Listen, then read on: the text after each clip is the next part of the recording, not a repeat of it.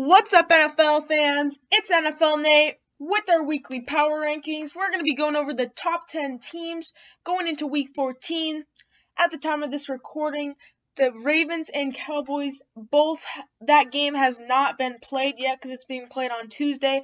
I don't think it'll affect the top 10 because even if the Ravens won, I don't think I'd put them in here. But with that said, let's hop right into it. At number 10, we have the Miami Dolphins. Miami Dolphins just came off a decent win against the Cincinnati Bengals. This game pretty much went exactly how I thought, with Tua Tagovailoa playing a pretty good game. But the truth was, this Miami Dolphins defense really carried them. I feel like that's going to be their mentality going forward, is a defensive-led team with Tua getting the job done with some pieces. I'm very impressed with Myles Gaskin. I think he's going to be a really good running back for the Dolphins in the future. But with that said, the Dolphins are at number 4 looking, and they're 8-4. At number 9, we have the Indianapolis Colts. The Colts came off a kind of close win against the Houston Texans. The Colts, it was back and forth between them and the Texans, but in the end, the Colts defense stepped up when they needed to. Phillip Rivers getting the job done. I feel like the Colts and the Miami Dolphins also have similar team styles with defensive-led teams with a quarterback that can get the job done. And the Indianapolis Colts are looking for a playoff push as they're at 8-4 and at number 9. At number 8, we have the Tennessee Titans. The Titans got kind of embarrassed on their home turf against the Cleveland Browns. The Browns their offense just completely annihilated this Titans defense, which brings up a lot of questions about this Titans defense that really needs a lot of help, especially in that pass rush. Baker Mayfield had all day to pass in the pocket. And for the Titans offense, they still put up what we expected, but it was mostly in the second half when the Browns weren't putting too much pressure on them. But I don't think the offense is an issue for the Titans. It's really their defense. And with Jadeveon Clowney going down, it's not looking too good. So I think the Titans really need to step up on defense. But overall, they are a very good team. And they can put up a lot of points, so they're a serious threat. At number 7, we have the Los Angeles Rams. The Rams, they came off a pretty nice win against the Arizona Cardinals. The Rams, one week they can be super good and one week they can be bad, and I think the determining factor is Jared Goff's play. Whenever they lose a game or a game is really close against a bad team, Jared Goff's play is not that good. The Rams defense is always going to play good. I think that's steady. But if they want to beat those good teams, they're going to need to put up points in an offensive-led league this year. So I think if Jared Goff can just do enough and not have turnovers, they'll win. And in this game against the Cardinals, in the last game they beat the Cardinals, and Jared Goff played very well. I think Jared Goff will play well in the future. I don't know how far they can make it in the playoffs without Jared Goff having a bad game. But overall, the Rams are a solid team at 8-4, ranked at number 7. At number 6, we have the Cleveland Browns. It's crazy to think that the Cleveland Browns are 9-3, thinking about how a few years ago they were 0-16. But the Browns have really, really improved, and their offense is just very, very good with so many different weapons. They have trick plays. You have Baker Mayfield, who was very much improved in this game. And you have Kareem Hunt and Nick Chubb, which is probably the main part of their offense. Dual-headed running backs. They're both very, very good. Both of them could get the job done, but with both of them on the team, you can substitute them in and out on first downs, and it's super helpful, and they just pound the rock. So this is a very balanced Browns offense. Their defense allowed a lot of points in the second half of the last game, but I don't think that's too much of a concern because their offense has been playing really well. Their defense usually plays well. Myles Garrett gets sacks. So this Cleveland Browns team is a real threat in the AFC. At number 6, we have the Buffalo Bills. The Buffalo Bills, they just played a really, really solid game.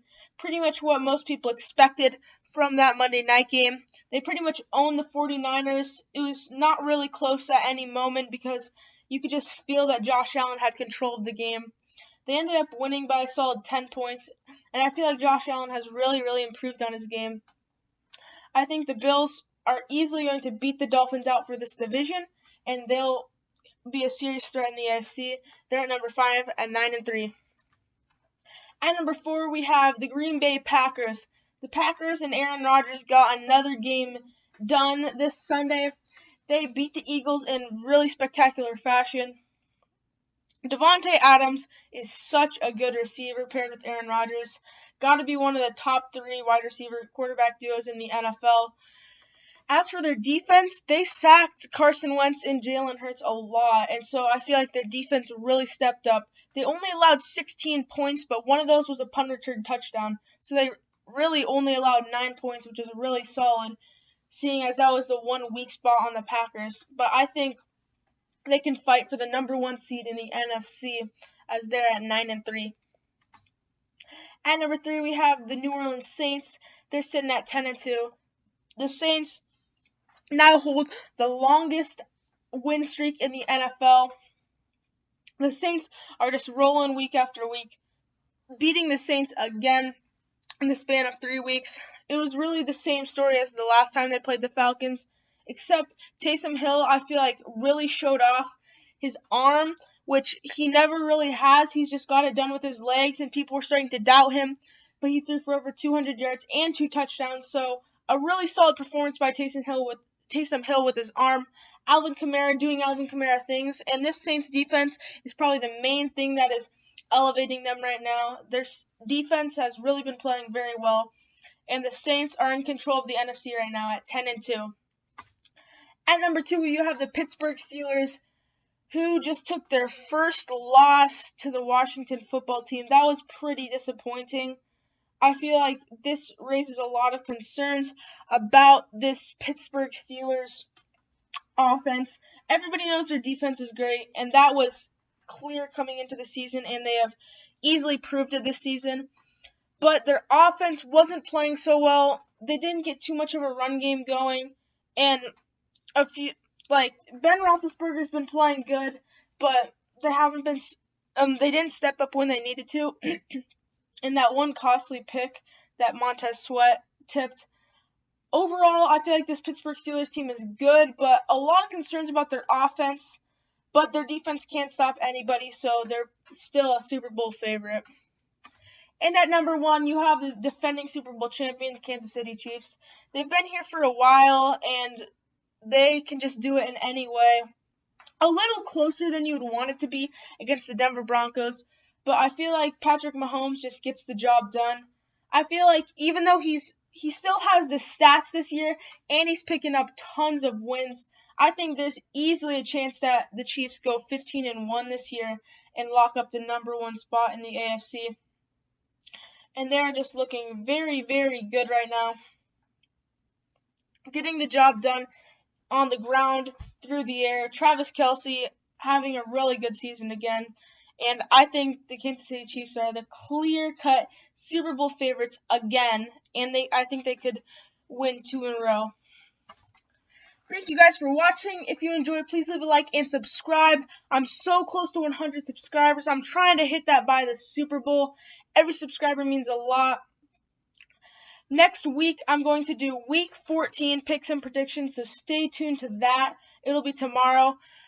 If you guys didn't notice, I didn't do a recap video this week. That's because they weren't getting too much attention. So if you want those recap videos to come back, tell me in the comments. Or if you didn't like them, just tell me I shouldn't do them. But thank you guys for watching, and I'll see you guys all in the next one. See ya.